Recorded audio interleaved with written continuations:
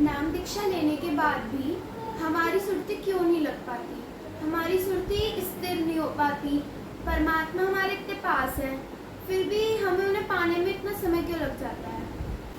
बहुत इम्पोर्टेंट सवाल है। इसका जवाब मैं वैसे तो सत्संगों में दे चुका हूँ, लेकिन यहाँ पर भी मैं इस सवाल का जरूर जवाब दूंगा। देखो, ऐसा होता है कि हमारी जो सूरत है, सारा खेल उसी का है।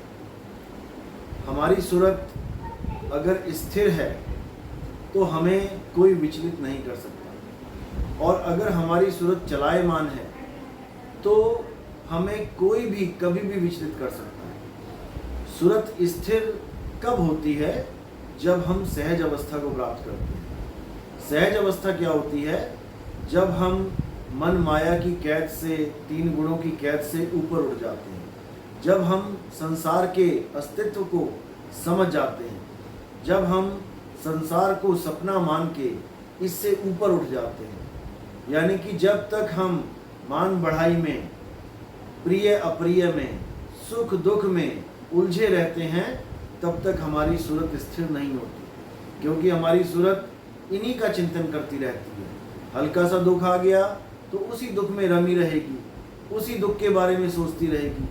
हल्का सा सुख आ गया तो सारे गम भूल के सुखी हो जाएगी, भगवान तक को भूल जाएगी, परमात्मा को भूल जाएगी। किसी ने हल्का सा कुछ गलत बोल दिया, सारा दिन उसके बारे में सोचती रहेगी कि फलाना ने मुझे कैसे गलत बोल दिया, किसी ने मुझे कैसे अपशब्द बोल दिए। उसी में पूरा दिन सूरत रमी रहेगी और वो स्थिर नहीं हो पाएगी। तो सबसे पहले जो हमारा मूल कारण है स्थिर ना होने का, वो है मान अपमान, सम्मान, सुख दुख, मान बढ़ाई, ईर्ष्या, जलन। हम इसी में अपना जीवन बर्बाद कर लेते हैं। हमें इससे फर्क नहीं पड़ता कि परमात्मा ने हमें क्या दिया है, हमें इससे फर्क पड़ जाता है कि पड़ोसी को ज़्यादा क्यों दे दिया। भाई, सबके अपने अपने कर्म हैं, सबके अपने अपने लेखे जोखे हैं। किसी ने अच्छे कर्म किए हैं, उसको अच्छा सुख मिल रहा है, ज़्यादा सुख मिल रहा है।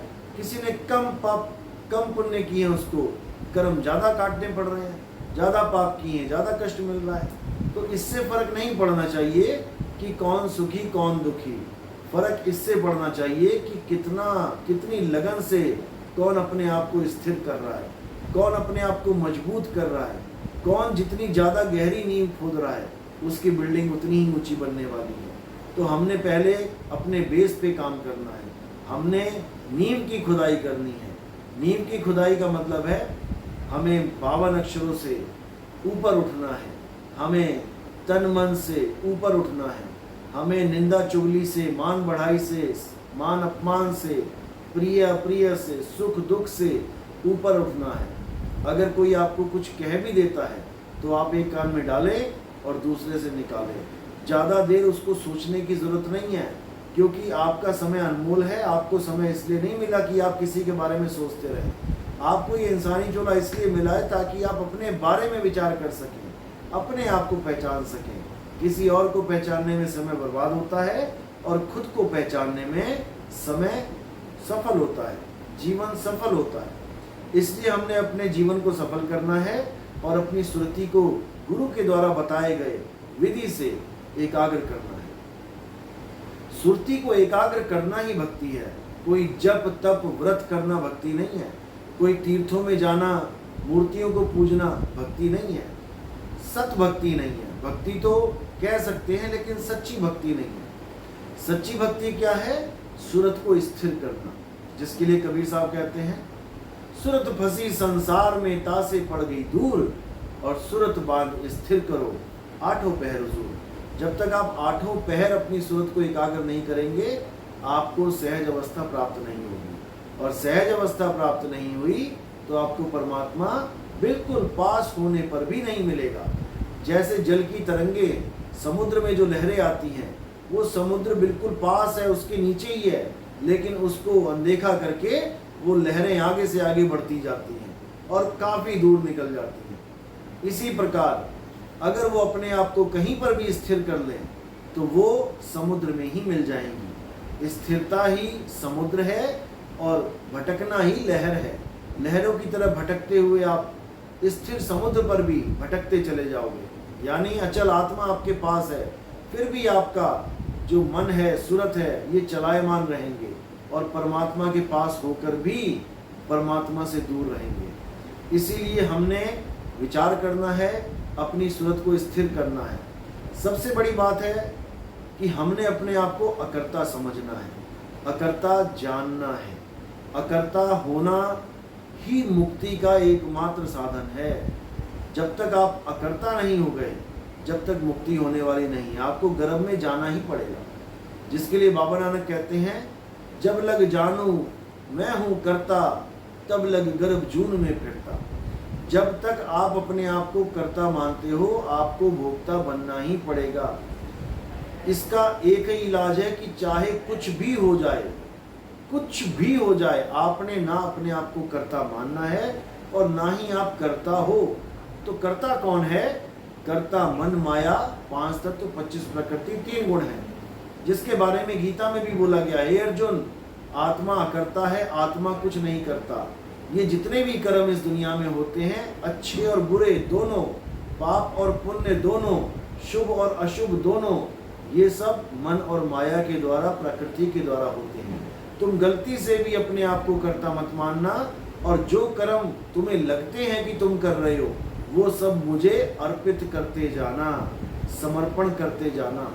यही कबीर साहब कहते हैं कि अगर तुम अचल अवस्था में रहते हुए कोई भी कर्म इस काया के द्वारा निर्धारित करते हो, तो वो कर्म होता हुआ भी अकर्म बन जाता है, क्योंकि हमने किसी भी कर्म का फल जो है उसको हमने नहीं मांगना है।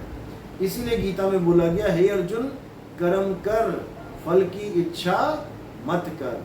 अगर तुम फल की इच्छा करोगे तो तुम कर्ता हो जाओगे, और अगर कर्ता हो गए तो तुम्हें वापस माँ के गर्भ में आना ही पड़ेगा। इसलिए जो कुछ भी हो जाए, आपने अपने आप को कर्ता नहीं मानना है, आपने अकर्ता भाव में ही रहना है। ये जितने भी अच्छे और बुरे काम हो रहे हैं, ये मन के कहे हो रहे हैं, ये मन ही कर रहा है। लेकिन अगर आप अकर्ता होके, दृष्टा होके इसको देखेंगे, तो ये आपका कुछ नहीं बिगाड़ पाएगा। सब कुछ होते हुए भी अपने ऊपर थोपना नहीं है कि ये मैंने किया, ये मैंने किया। आप कुछ कर ही नहीं सकते। तो इसी को समझना है, इसी ज्ञान को धारण करने पर मुक्ति होती है। केवल सुनना नहीं है, इसको समझना भी है। तो ये 5 तत्व की काया है, सब यही कर रही है, मन और माया के इच्छा के कारण। लेकिन ताकत इसको आप दे रहे हो, और आपका काम ताकत देना ही है, क्योंकि आप ताकत के भंडार हो, आप अजर अमर बीज हो, आपका कभी नाश नहीं होता। लेकिन अपनी ताकत को भूलकर आप अपने आप को काया मानने लग गए हो। इसीलिए आपको लगता है कि मैंने हाथ उठाया, मैंने कुछ पकड़ा, मैंने कुछ गिराया, मैंने धक्का दिया, जबकि ये सब प्रकृति कर रही है, और आपको भ्रम में डाला जा रहा है कि आप कर रहे हो। अब इसी भ्रम को तोड़ के गुरु आपको आपका स्वरूप लखाता है, जिससे आपको समझ में आता है कि इस दुनिया में जो कुछ भी हो रहा है, उसका कर्ता मैं नहीं हूँ, मैं तो मुक्ता हूँ। हर कर्म से, हर बंधन से मैं मुक्त हूँ, लेकिन केवल एक भ्रम के कारण यहाँ बंदी बना बैठा हूँ। तो इस बंधन का मुख्य कारण है भ्रम। इसी के लिए साहिब ने बोला कि तुम्हें कोई पकड़ ही नहीं सकता, तुम मुक्ता हो, लेकिन तुम खुद ही पकड़ के बैठे हो, इसलिए तुम बंधन में हो। जिसके लिए बोला कि जैसे स्वान कांच मंदिर में भ्रमते भूख मरियो, और कहे कबीर नल्ली के सुगना, तो हे कौन पकड़े। जो कुत्ता शीशे में दिखाई दे रहा है, वो कुत्ता चाह कर भी बाहर वाले कुत्ते को काट नहीं सकता। आप देखेंगे, जब भी कुत्ता शीशे के आगे भौंकता है, भौंक भौंक के मर जाता है, उसके शरीर पे एक भी दांत का, एक भी पंजे का निशान नहीं होता, लेकिन वो अज्ञानतावश भौंक भौंक के ही मर जाता है। इसी प्रकार अज्ञानी तोता खुद ही बांस को पकड़ता है और खुद ही सोचता है कि बांस ने मुझे पकड़ लिया। इसीलिए कबीर साहब कह रहे हैं कि नलनी के सुगना तोहे कौन पकड़ी, तुझे कोई नहीं पकड़ सकता। तुम मुक्त थे और मुक्त हो, मुक्त रहोगे, केवल अज्ञानता के कारण बंधन में हो। और गुरु इस बंधन को सदा सदा के लिए तोड़ देता है, आपको अकर्ता घोषित करके। इसीलिए बोला, तू कर ले गुरु वकील, मुकदमा भारी है। तो उस जज के सामने जब गुरु दलील पेश करता है कि मेरे मुवक्किल ने कुछ नहीं किया है, वो अकर्ता है, तो जज भी उसको बाइज्जत बरी कर देता है। तो यही भेद है अकर्ता का, और यही भेद है सूरत को स्थिर रखने का। जब आप सोचोगे ही नहीं कि मैंने कुछ किया, तो आप कैसे अपनी सूरत को भटकाओगे, कैसे चिंता करोगे? चिंता करनी ही नहीं है, चिंतन करना है, तभी सूरत स्थिर होगी, तभी परमात्मा की प्राप्ति होगी। साई बंदगी सपना।